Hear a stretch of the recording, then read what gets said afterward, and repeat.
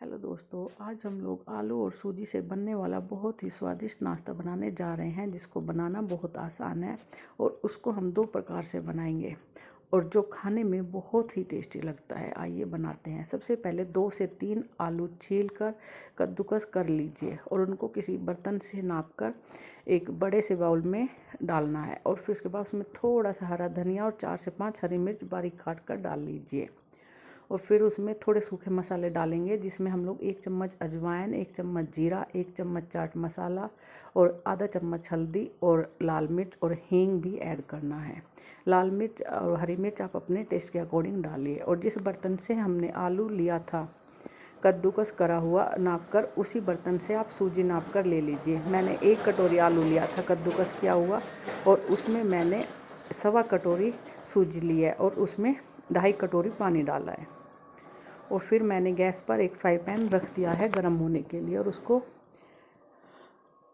गरम होने के बाद उसमें जो है 1 चम्मच राई और 1 चम्मच जीरा डालकर मैंने उनको अच्छे से भून लिया है और उसके बाद फिर जो हमने पेस्ट बना कर रखा था वो मैंने उसमें डाल दिया है और अब उसको मैं ऐसे ही लगातार चलाते हुए पकाऊंगी जब तक कि ये इकट्ठा नहीं होने लगे।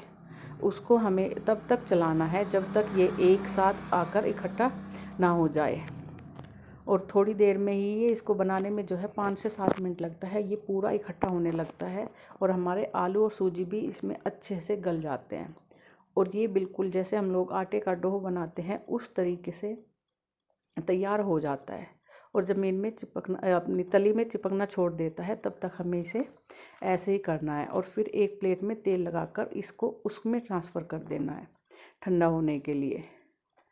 और जब ये ठंडा हो जाए फिर इसको आप अपने मन चाहे आकार में थोड़ा चपटा करके बना लीजिए। भले ही चाहे आप पीस काट कर बनाइए या फिर आप गोल गोल भी इसको ऐसे ही चपटा सा बना सकते हो, जिस तरीके से हम लोग मट्ठी बनाते हैं।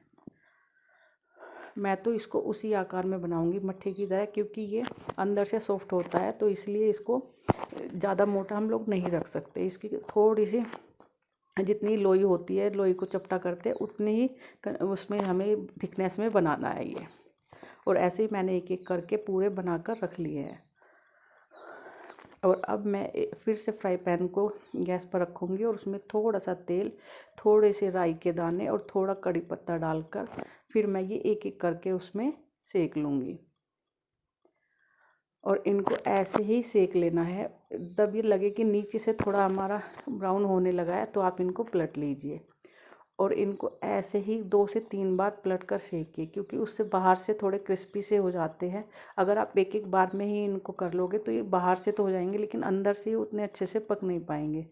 इसलिए इनको 2 से 3 बार ऐसे ही अलटते पलटते सेकना है और जब ये थोड़ा सा ऊपर से इनका कलर चेंज होने लगे आप इनको निकाल कर फिर आप दूसरा बैच तैयार कर सकते हो और अगर आप चाहे तो आप इससे भी डार्क इनका कलर कर सकते हो। मुझे ये इतने ही सेकने थे, मैंने इतने ही सेक लिए। उसके बाद मैं एक बार और इनको दूसरा बैच तैयार कर लेती हूँ सेक कर और इनको भी मैं ऐसे ही सेक कर ले लूँगी लाइट ब्राउन होने तक। अलटते पलटते इनको भी ऐसे ही सेकना है। अब इसको ऐसे ही बीच में चेक करते रहना है और जब लगे कि सिकने लगे हैं तो इनको ये पलट लीजिए। देखिए हो गए, इधर से लाइट ब्राउन हो गए हैं। ऐसे हम लोग दूसरे तरीके से और इनको एक एक बार और पलटेंगे ऐसे।